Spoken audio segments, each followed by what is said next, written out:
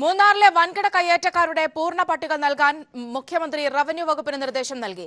ചെറുകിട കയ്യേറ്റക്കാരുടെ പട്ടികയും മുഖ്യമന്ത്രി ആവശ്യപ്പെട്ടു. വിവരങ്ങളുമായി ദിനകർ ചേർന്നുണ്ട്. ദിനകർ, കഴിഞ്ഞ ദിവസം തന്നെ മുഖ്യമന്ത്രി പറഞ്ഞിരുന്നു വൻകിട കയ്യേറ്റക്കാരെ പൂർണ്ണമായും ഒഴിപ്പിക്കുന്ന രീതിയിലായിരിക്കും കാര്യങ്ങളെന്ന്. അതിന്റെ ഒരു മുന്നോടിയായാണോ ഇപ്പോഴത്തെ ഈ ഒരു നിർദ്ദേശം?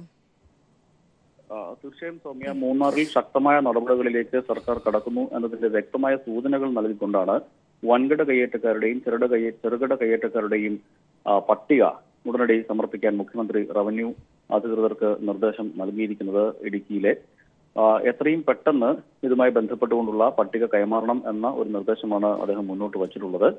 ഈ മാസം 21-ന് മുഖ്യമന്ത്രിയുടെ അധ്യക്ഷതയിൽ യോഗം ചേർന്നിരുന്നു. ആ യോഗത്തിന്റെ കൂടി തീരുമാനത്തിന്റെ അടിസ്ഥാനത്തിലാണ് ഇപ്പോൾ ശക്തമായ നടപടികളിലേക്ക് കടക്കാൻ സർക്കാർ മുഖ്യമന്ത്രി തീരുമാനം കൈക്കൊണ്ടിരിക്കുന്നത്.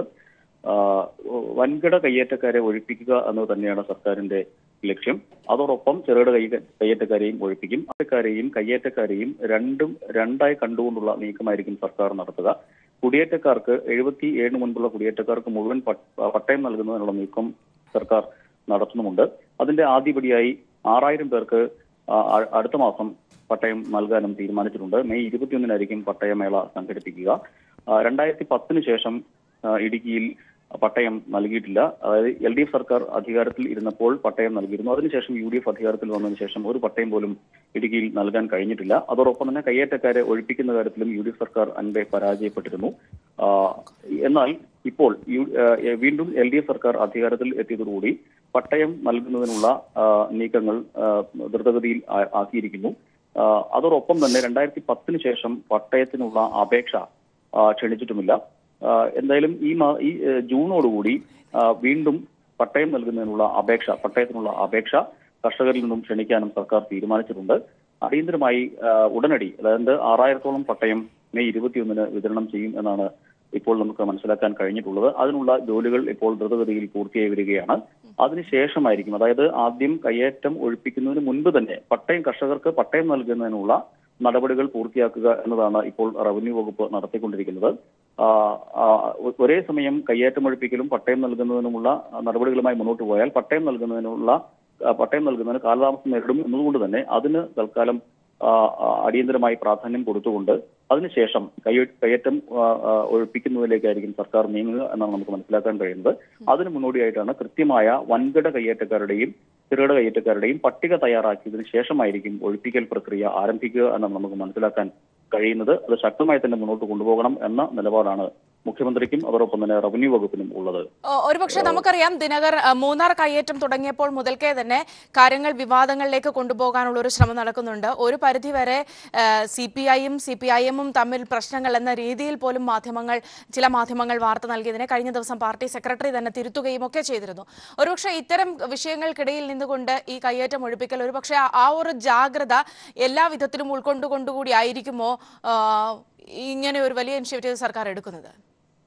തീർച്ചയായും സൗമ്യ, ഇതിന്റെ എല്ലാ വശങ്ങളും പരിശോധിച്ച ശേഷമായിരിക്കും കയ്യേറ്റം ഒഴിപ്പിക്കൽ പ്രക്രിയ ആരംഭിക്കുക എന്ന കാര്യത്തിൽ സംശയമില്ല. അത്തരം വാർത്തകൾ CPM-ഉം CPI-യും കയ്യേറ്റം ഒഴിപ്പിക്കലുമായി ബന്ധപ്പെട്ടുകൊണ്ട് വ്യത്യസ്തമായ അഭിപ്രായങ്ങൾ അല്ലെങ്കിൽ വിരുദ്ധ ധ്രുവങ്ങളിലാണ് എന്ന വാർത്തകൾ പ്രചരിച്ചിരുന്നു. എന്നാൽ അതിന് ഒന്നും തന്നെ അടിസ്ഥാനമില്ല എന്ന് CPM സംസ്ഥാന സെക്രട്ടറി കോടിയേരി ബാലകൃഷ്ണനും CPI സംസ്ഥാന സെക്രട്ടറി കാനം രാജേന്ദ്രനും കഴിഞ്ഞ ദിവസം വ്യക്തമാക്കുകയുണ്ടായി.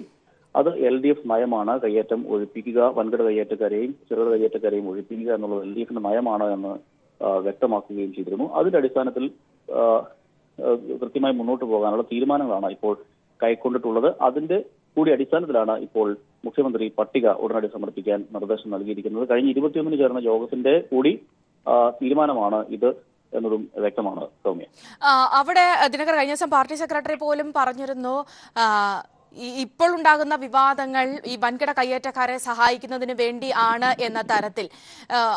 ഒരുപക്ഷെ ചില ദൃശ്യങ്ങളൊക്കെ അടക്കം മാധ്യമപ്രവർത്തകർ, ഇത്തരം വാർത്തകൾ കൊടുത്ത ചില മാധ്യമപ്രവർത്തകർ അങ്ങനെയുള്ള റിസോർട്ടിലിരിക്കുന്ന അത്തരം തരത്തിലുള്ള ദൃശ്യങ്ങളൊക്കെ തന്നെ കഴിഞ്ഞ ദിവസം പുറത്തു വരുന്നതിനും ഇത്തരം ആരോപണങ്ങൾ ശരിവെക്കുന്ന രീതിയിൽ ഇവിടെ വലിയ ശ്രമകരമായ ഒരു വിഷയം പട്ടയങ്ങൾ കൊടുക്കുന്നതടക്കമുള്ള കാര്യങ്ങൾ ഇവിടെ കഴിഞ്ഞ ദിവസം സർക്കാർ തന്നെ വ്യക്തമാക്കിയതുപോലെ തന്നെ നിരവധിയായ ആളുകൾ, ഭൂരഹിതരായ ആളുകൾ ഉള്ളൊരു പശ്ചാത്തലം, ഇതിന്റെയൊക്കെ ഒരു കണക്കെടുപ്പും അങ്ങനെയുള്ള വിഷയങ്ങളും ഒക്കെ തന്നെയും വളരെ വേഗത്തിൽ പൂർത്തിയാക്കിക്കൊണ്ടുള്ള ഒരു നടപടി ആയിരിക്കുമോ സർക്കാരിന്റെ ഭാഗത്തുനിന്നുണ്ടാവുക?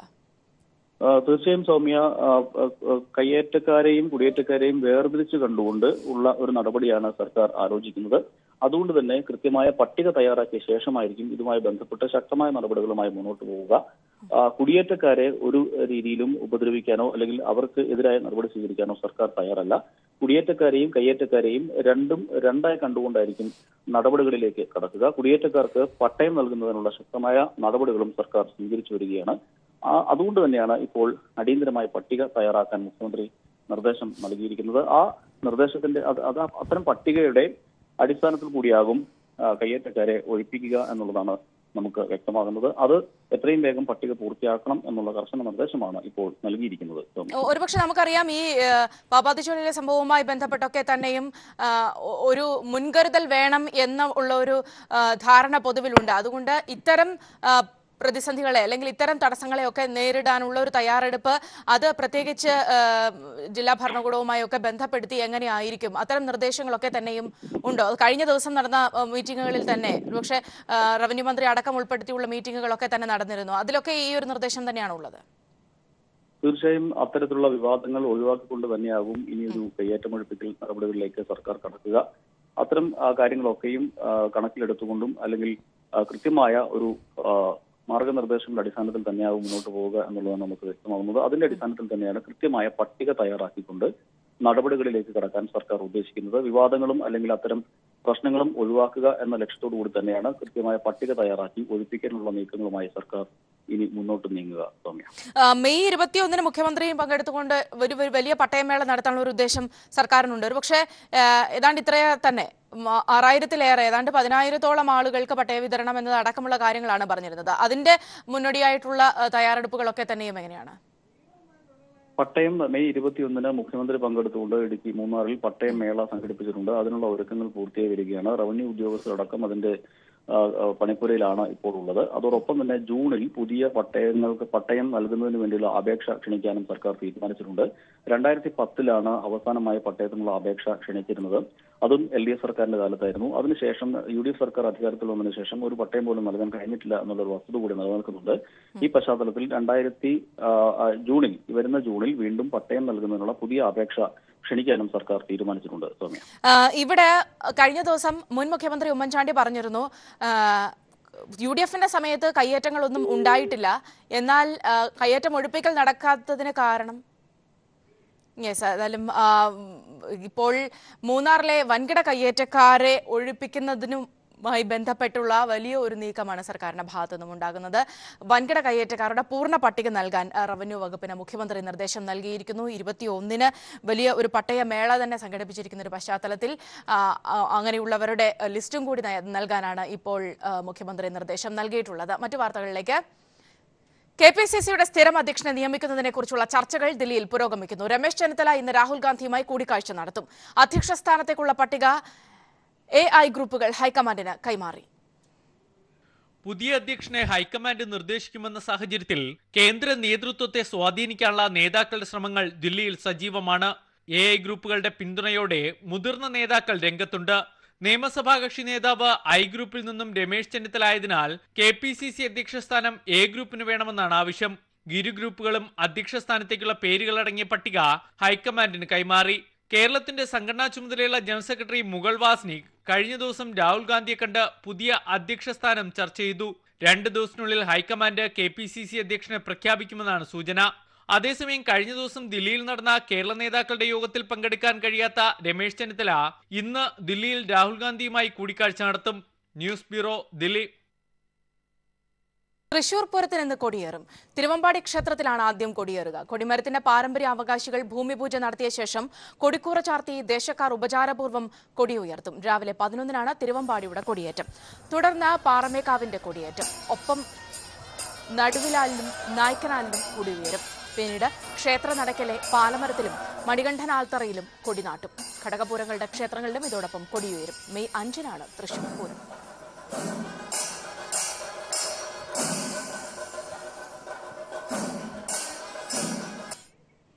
ദില്ലിയിലെ ആം ആദ്മി പാർട്ടി സർക്കാരിന്റെ ഒത്താശയോടെ അനധികൃത ഭൂമി ഇടപാടുകൾ നടക്കുന്നു എന്ന ആരോപണവുമായി മലയാളി കോളേജ് അധ്യാപകൻ നടത്തുന്ന നിരാഹാര സമരം 25 ദിവസം പിന്നിട്ടു. ജോലി ചെയ്യുന്ന കോളേജിന്റെ സ്ഥലത്ത് കയ്യേറ്റം നടന്നതിന്റെ തെളിവുകൾ മുഖ്യമന്ത്രി അരവിന്ദ് കെജ്രിവാളിന്റെ ശ്രദ്ധയിൽപ്പെടുത്തിയിട്ടും നടപടി ഉണ്ടായില്ലെന്ന് അധ്യാപകനായ ജോഷിൽ കെ എബ്രഹാം പറഞ്ഞു. മൂന്നാറിൽ ഭൂമി കയ്യേറ്റത്തിനെതിരെ സമരം നടത്തുന്ന കേരളത്തിലെ ആം ആദ്മി നേതാവ് CR നീലകണ്ഠൻ ദില്ലിയിലെത്തി സ്വന്തം പാർട്ടി നേതാക്കൾക്കെതിരെ സമരം നടത്തണമെന്നും അധ്യാപകൻ ആവശ്യപ്പെട്ടു.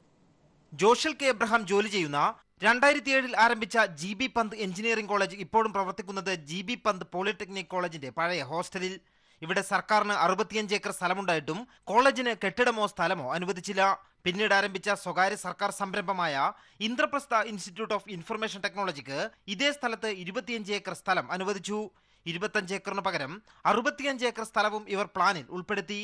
പരാതിയെ തുടർന്ന് PWD സർവേ നടത്തിയപ്പോൾ 65 ഏക്കർ വേണ്ടയിടത്ത് ഉള്ളത് 48.75 ഏക്കർ സ്ഥലം മാത്രം. ബാക്കി വരുന്ന കോടിക്കണക്കിന് രൂപ വില വരുന്ന ദില്ലി നഗരഹൃദയ ഭാഗത്തെ 17 ഏക്കർ സർക്കാർ സ്ഥലം കയ്യേറിയിരിക്കുന്നു. മുഖ്യമന്ത്രി കെജ്രിവാളിന്റെ അഴിമതി വിരുദ്ധ സെല്ലിന് പരാതി നൽകിയെങ്കിലും നടപടിയുണ്ടായില്ല. തുടർന്നാണ് ജോലി ചെയ്യുന്ന സ്ഥാപനത്തിന് ക്യാമ്പസ് വേണമെന്നും ഭൂമി ഇടപാടുകൾ പരിശോധിക്കണമെന്നും ആവശ്യപ്പെട്ട് ജോഷിൽ കെ എബ്രഹാം നിരാഹാര സമരം തുടങ്ങിയത്. വിദ്യാർത്ഥികളുടെ പിന്തുണയോടെ നടക്കുന്ന സമരം നടപടിയുണ്ടാകും വരെ തുടരുമെന്ന് അധ്യാപകൻ പറഞ്ഞു. മൂന്നാറിൽ സമരം നടത്തുന്ന CR നീലകണ്ഠൻ ദില്ലിയിലെത്തി ഭൂമി കയ്യേറ്റത്തിന് കൂട്ടുനിൽക്കുന്ന സ്വന്തം നേതാക്കൾക്കെതിരെ സമരം നടത്തണമെന്നും ജോഷിൽ കെ എബ്രഹാം ആവശ്യപ്പെട്ടു. Aam Aadmi party leader CR Neelakandan saying that action should be taken on the land grabbing in Munnar. I would request him also to tell his colleagues in Delhi, they are in power in Delhi, so they should take action against the land grabbing in Delhi first and then go to Kerala and ask for. ഈ വിഷയത്തിൽ മുതിർന്ന അഭിഭാഷകൻ പ്രശാന്ത് ഭൂഷൺ മുഖാന്തരം ദില്ലി ഹൈക്കോടതിയിൽ നിയമ പോരാട്ടവും ആരംഭിച്ചിട്ടുണ്ട്. News bureau, Delhi. കശുവണ്ടി വ്യവസായ മേഖലയിലെ മാറ്റത്തിന്റെ തുടർച്ച വിളംബരം ചെയ്തുകൊണ്ട് കാപെക്സിന്റെ ഫാക്ടറികളിൽ 519 പുതിയ തൊഴിലാളികൾക്ക് നിയമനം. പണിക്ക് കയറാനെത്തിയ പുതിയ തൊഴിലാളികൾക്ക് പൂക്കൾ നൽകി ചെയർമാൻ കൊല്ലായിൽ സുദേവൻ കൊല്ലം പെരുമ്പുഴ ഫാക്ടറിയിൽ തൊഴിലാളികളെ സ്വീകരിച്ചു. 3000-ഓളം തൊഴിലവസരങ്ങളാണ് സൃഷ്ടിക്കുക. കാപെക്സിന്റെ 10 ഫാക്ടറികളിലെ ഷെല്ലിംഗ് വിഭാഗത്തിലാണ് തൊഴിലാളികൾക്ക് നിയമനം ലഭിച്ചത്. പീലിംഗ്, ട്രേഡിംഗ് വിഭാഗങ്ങളിലും പുതിയ തൊഴിലവസരങ്ങൾ ഒരുങ്ങുന്നുണ്ട്. 2006-2011 6500 തൊഴിലാളികൾ കാപെക്സിൽ പണിയെടുത്തിരുന്നു. എന്നാൽ കഴിഞ്ഞ 5 വർഷക്കാലം കൊണ്ട് തൊഴിലാളികളുടെ എണ്ണം 3400 ചുരുങ്ങി. UDF സർക്കാരിന്റെ കാലത്ത് പുതിയ നിയമനങ്ങൾ നൽകിയില്ലെന്ന് മാത്രമല്ല, നിലവിലുള്ള തൊഴിലാളികൾ പട്ടിണിയിലാവുകയും ചെയ്തു. ഈ സാഹചര്യത്തിലാണ് നാടൻ തോട്ടണ്ടി സംഭരിച്ച് കാപെക്സും കാഷ്യൂ കോർപ്പറേഷനും വെല്ലുവിളികളെ അതിജീവിച്ച് മികച്ച തൊഴിൽദാതാവായി മാറുന്നത്. പീലിംഗിലേക്ക് 300ഓളം തൊഴിലാളികളെ എടുക്കുന്നതിന് വേണ്ടിയാണ് കാപെക്സ് തീരുമാനിച്ചത്. LDF ഗവൺമെൻറ്റിൻ്റെ ഇച്ഛാശക്തിയോടുകൂടിയുള്ള നിലപാടിൻ്റെ ഭാഗമായി PCKയിൽ നിന്നും നാടൻ തോട്ടണ്ടി സംഭരിക്കാനും നാടൻ തോട്ടണ്ടി ഉപയോഗിച്ച് തൊഴിലാളികൾക്ക് തൊഴിൽ കൊടുക്കുന്ന ഒരു പുതിയ സംരംഭത്തിലേക്കാണ് കാപെക്സും കാഷ്യൂ കോർപ്പറേഷനും മുന്നോട്ട് വന്നിട്ടുള്ളത്. തുടർച്ചയായി 40 ദിവസത്തെ പണിക്കുള്ള തോട്ടണ്ടി കാപെക്സ് സംഭരിച്ചു കഴിഞ്ഞു. വിദേശ രാജ്യങ്ങളിൽ നിന്നുള്ള തോട്ടണ്ടി കൂടി ലഭിക്കുന്നതോടെ കൂടുതൽ തൊഴിൽ ദിനങ്ങളെന്ന നേട്ടമാണ് 2 പൊതുമേഖലാ സ്ഥാപനങ്ങളും ലക്ഷ്യമിടുന്നത്. ന്യൂസ് ബ്യൂറോ, കൊല്ലം. വരൾച്ച മൂർച്ഛിച്ചതോടെ ജല ദൗർലഭ്യത്താൽ വലയുകയാണ് കർഷകരും. എന്നാൽ ജലസേചനത്തിനുള്ള ജലം പാഴാക്കാതെ എങ്ങനെ പുനരുപയോഗിക്കാം എന്ന ആശയം മുന്നോട്ട് വെച്ച് കർഷകർക്ക് പ്രതീക്ഷ നൽകുകയാണ് തിരുവനന്തപുരം നഗരസഭ. അതികഠിനമായ വരൾച്ചയിൽ ജലദൗർലഭ്യമാണ് ജനങ്ങളെ വലയ്ക്കുന്നത്. ജലാശയങ്ങൾ വറ്റിവരണ്ടതോടെ കർഷകരും ആത്മഹത്യയുടെ വക്കിലാണ്. എന്നാൽ ഈ ഘട്ടത്തിൽ കർഷകർക്ക് പുതുജീവൻ നൽകുന്ന ജല പുനരുപയോഗമാണ് തിരുവനന്തപുരം നഗരസഭ മുന്നോട്ട് വയ്ക്കുന്നത്.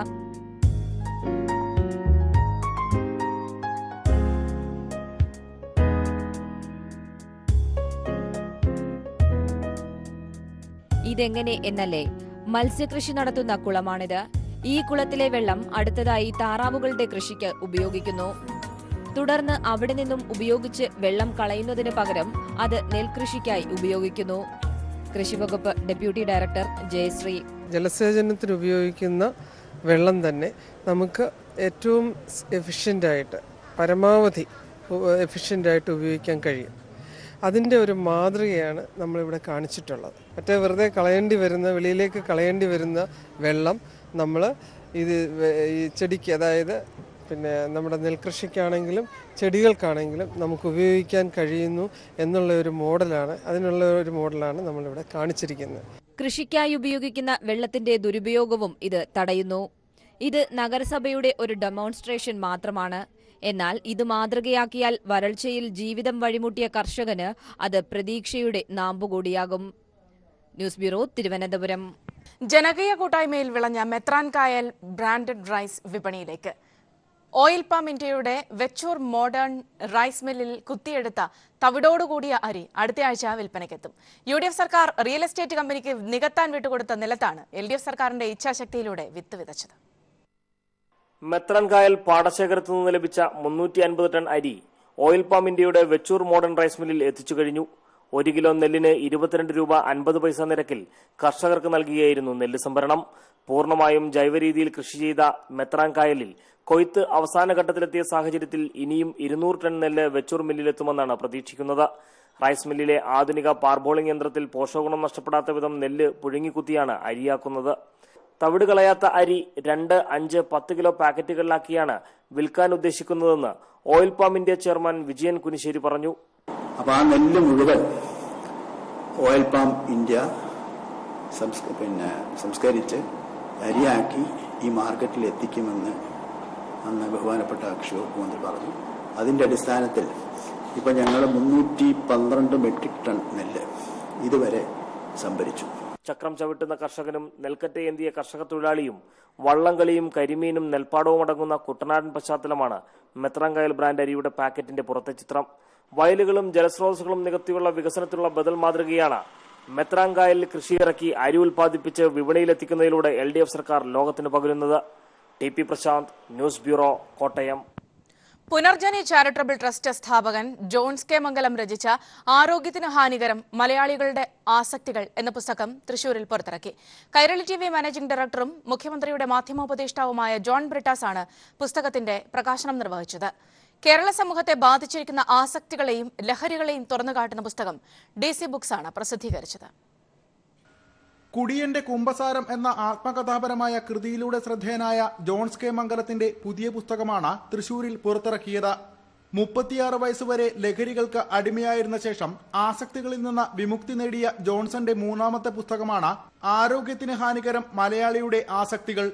കേരളീയരുടെ ജീവിതത്തിലെ ആസക്തികളെ തുറന്നു കാട്ടുന്ന പുസ്തകം കൈരളി TV മാനേജിംഗ് ഡയറക്ടറും മുഖ്യമന്ത്രിയുടെ മാധ്യമ ഉപദേഷ്ടാവുമായ ജോൺ ബ്രിട്ടാസ് ആണ് പ്രകാശനം ചെയ്തത്. നമുക്കൊക്കെ തിരിച്ചടിയേറ്റാൽ ആ തിരിച്ചടി അല്ലെങ്കിൽ ആ ഒരു തെറ്റ് ഒരിക്കലും പുറത്തു പറയാതെ ജീവിക്കുക എന്നുള്ളതാണ് ഇന്നത്തെ മനുഷ്യന്റെ ഏറ്റവും പ്രധാനപ്പെട്ട ഘടകം. മാഷ് ഏറ്റവും കൂടുതൽ കൈവശം വെച്ചിരിക്കുന്ന ശക്തി ആയുധം, വജ്രായുധം എന്നൊക്കെ പറയുന്നത് പോലെ അദ്ദേഹത്തിന്റെ സത്യസന്ധതയാണ്. തൃശൂർ കേരളവർമ്മ കോളേജിലെ ഫിലോസഫി വിഭാഗം തലവനും മദ്യാസക്തരുടെ രോഗവിമോചനത്തിനായി പ്രവർത്തിക്കുന്ന പുനർജനി ചാരിറ്റബിൾ ട്രസ്റ്റിന്റെ സ്ഥാപകനുമാണ് ഗ്രന്ഥകർത്താവായ Johnson K Mangalam. DC books ആണ് പുസ്തകത്തിന്റെ പ്രസാധകർ. ചടങ്ങിൽ ഡോക്ടർ ഭാനുമതി, ദീപ നിശാന്ത, മണിലാൽ, TS വസന്തൻ തുടങ്ങിയവർ പങ്കെടുത്തു. News bureau, Thrissur. ചങ്ങനാശ്ശേരി അതിരൂപത സഹായമെത്രാൻ മാർ തോമസ് തറയിലിന് കൊല്ലം, ആയൂർ, അമ്പൂരി ഫെറോനുകളുടെ നേതൃത്വത്തിൽ തെക്കൻ മേഖലയുടെ സ്വീകരണം നൽകി. തിരുവനന്തപുരം ലൂർദ് ഫെറോനയിൽ നടന്ന സ്വീകരണ ചടങ്ങ് ധനകാര്യമന്ത്രി തോമസ് ഐസക് ഉദ്ഘാടനം ചെയ്തു. മേയർ VK പ്രശാന്ത്, ആർച്ച് ബിഷപ്പ്മാരായ മാർ ജോസഫ് പെരുന്തോട്ടം, മാർ ക്ലീമിസ് കാത്തോലിക്ക ബാവ, ഡോക്ടർ M. സൂസപാക്യം തുടങ്ങിയവർ പങ്കെടുത്തു.